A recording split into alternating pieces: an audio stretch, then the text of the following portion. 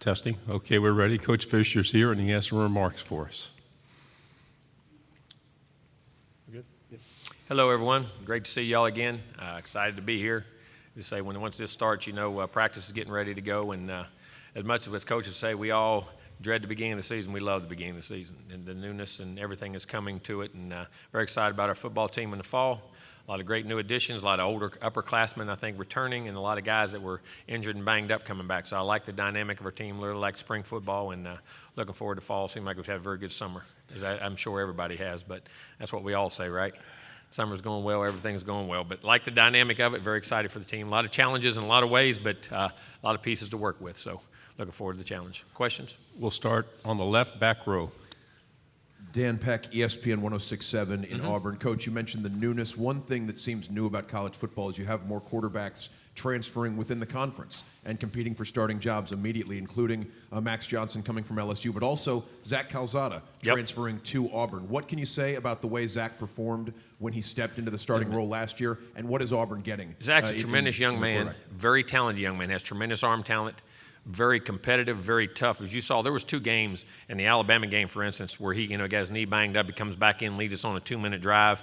The Auburn game, he actually popped his shoulder back in place and finished that game. You're talking about a guy who has great character, great toughness, great ability to throw the football down the field. And I think just, as he progresses, he's going to be a great player. And, you hate to lose him, but those decisions in today's world are different. But respect him very much and have tremendous – I love Zach. I think as a person, very smart, very intelligent, great human being. And I think Auburn's got a very good football player.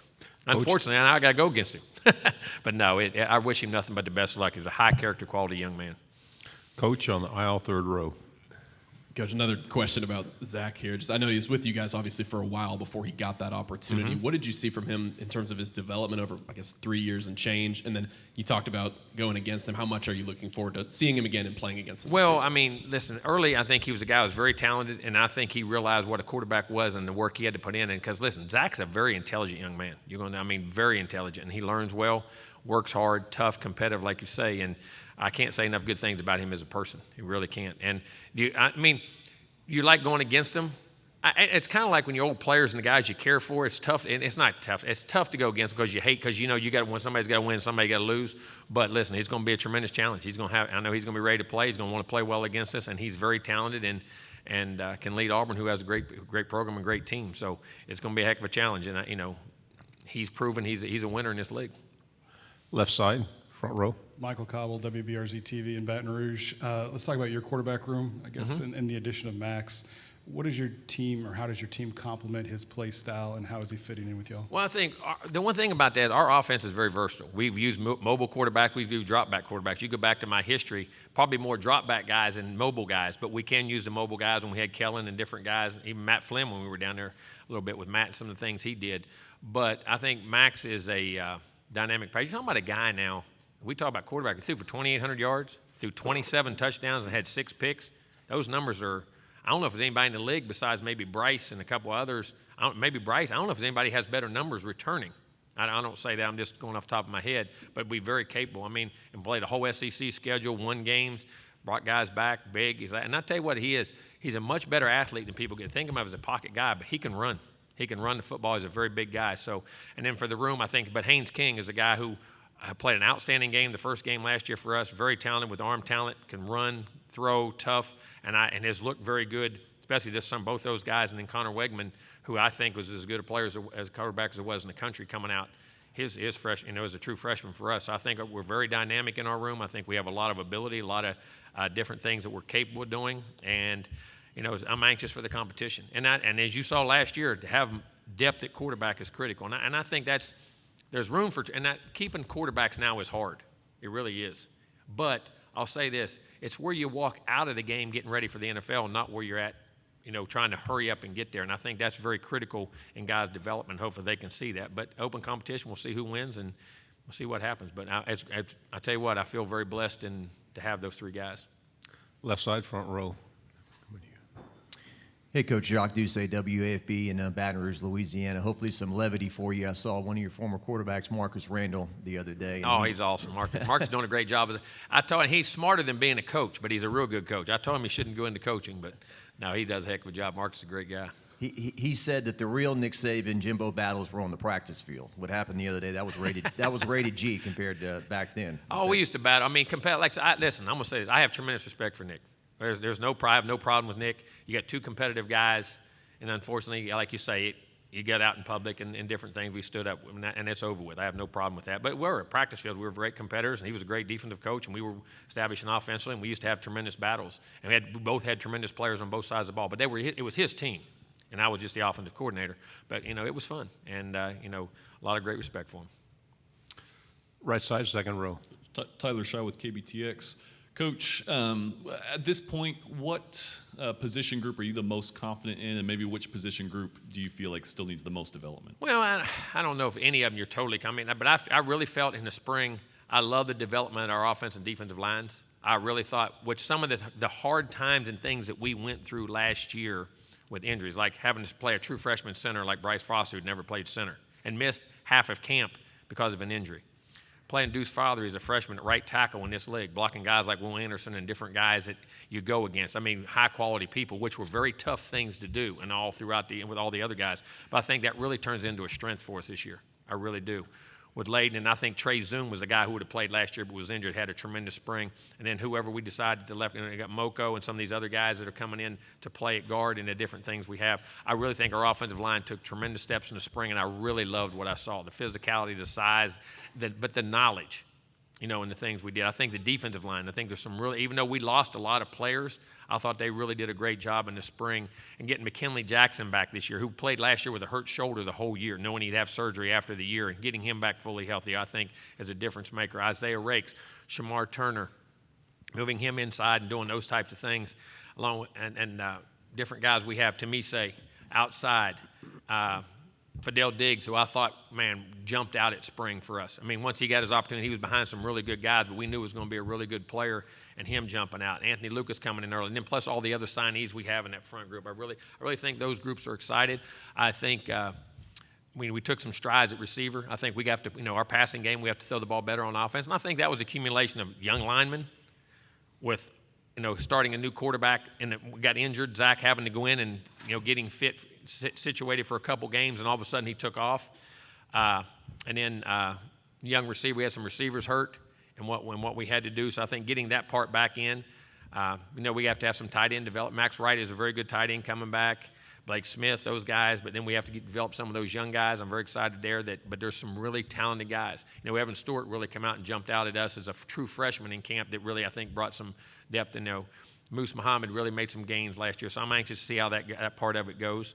But, I think all of them need development and more we go. But some of those young secondary guys, getting both corners, there's Miles Jones and Brian George, and having to play all those freshmen. Tyreek Chappelle started all year as a freshman. Jalen Jones, and his ability to be moved around and getting Brandon Gilbert, those guys back, and some of those young freshmen. I'm anxious to see where they go to. There's a lot. This team's got me really excited, and there's so many quarterback battles, competition battles going to that quarterback, but other player. Everybody talks about the quarterback, but there are a lot of them across the board with very talented guys. And when you have talent, that's what creates greatness. And what I mean, daily on a basis, you have to create habits to play at a championship level where somebody takes your job. And this is one of the times I think we've got it across the board as much as we've had. Now, with some young guys in there, but it's exciting to have them. Front row on the right. Anthony Patterson with the Atlanta Voice. Coach, what is your biggest takeaway from last season, especially with the QB situation and having guys that we overcame some adversity, and the thing, early we had some adversity with the quarterback situation, with the offensive line situation, receivers and corners, all happened right at the beginning of the year, bang, bang, bang. And we didn't play as well and lost some games that we felt like we had a chance we were right there to win. And then we played really well. And the disappointing thing was we didn't finish last year in the Ole Miss game and the LSU games that we could have won, that were great games. They won the games.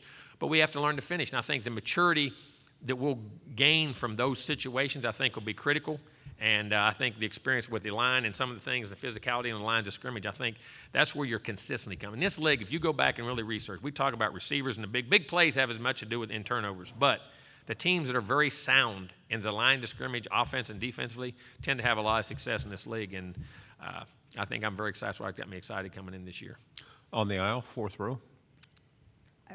Hey, Coach, Lyndon Blake, WBRC Birmingham. Nick Saban said he took the off-season dialogue between you guys as a chance to self-reflect, to become a better person and coach. Did you think the same thing? And if so, what did you take away from it? Same thing. I mean, listen, you get two competitive guys who have disagreement or opinions or whatever, and we both voiced them publicly for the first time. Both of us have ever done that.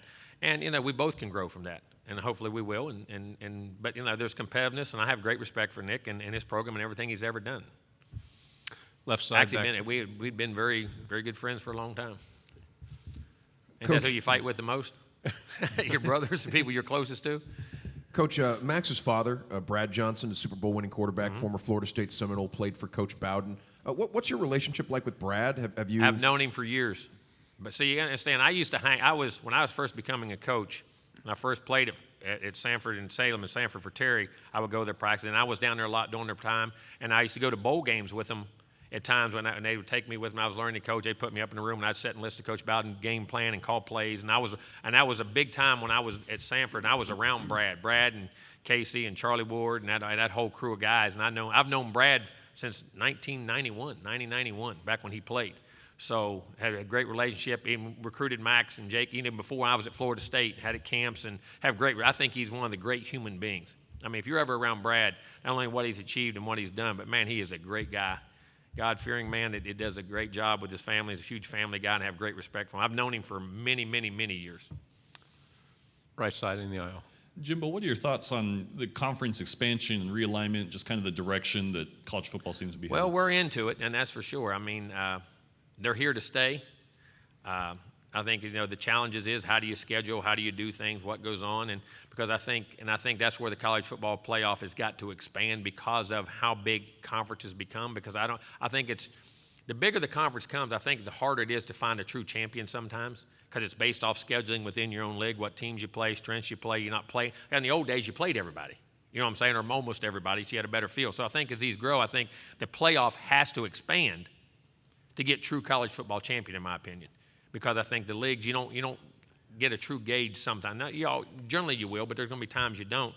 And I think it's a very challenging time. But I mean, and you're trying to keep as many traditions because I think that's what makes college football tremendous is the traditions that you have and the games you have. But some of those are going to have to go by the wayside a little bit, as much, maybe not because of scheduling issues. Because I think one of the things, the challenges is making sure you play everybody and that the competitive balance to find out who the champion is, that there's an equal distribution of the teams you play and how you play. And I think that's going to be one of the huge challenges for us. But, it's here to stay. Change is inevitable, folks. It's whether you embrace it or not. And you can sit here and be mad about it. You can sit here and be up and down. And I'm a traditionalist. I love the histories of the games and all that stuff. But this is going to be here. So we have to embrace it. We have to change. And we have to be able to move on to adapt to be successful. Last two questions. First one right here. You talked about your offensive line. One person I saw was Layden Robinson. Yes. What do you like from him? What do you expect out of him this season? The maturity, the confidence, the leadership. And then as a player, such a physical, tough guy who loves the game and is a total team guy. I mean, the epitome of what you want as a leader and what you do as a team guy, but then a guy who loves everything that goes with football along with playing football. I think he's going to set to have a great year, be a great leader for us. Last question. Coach, so many amazing coaches in this conference and in your division. I just wanted your thoughts on Brian Kelly joining LSU. What do you know about him? And I've played Brian twice in the past in games we had at Florida State when he was at Notre Dame, but I always had great respect. Brian's won everywhere he's been. He's been successful everywhere he's been at different levels, and anything at different levels of football. And I think that takes a great mind at different programs, Power Fives, not to Power Fives, to Division II. I mean, that tells you his knowledge of the game and what he does, and I think he's one of the great coaches in college football. And he's another great challenge you have in the SEC. But whoever's coaching all these teams are going to be very good coaches, so very challenging. Have great respect for Brian. Coach Fisher, thank you very much for your Thank you all. time. Good luck.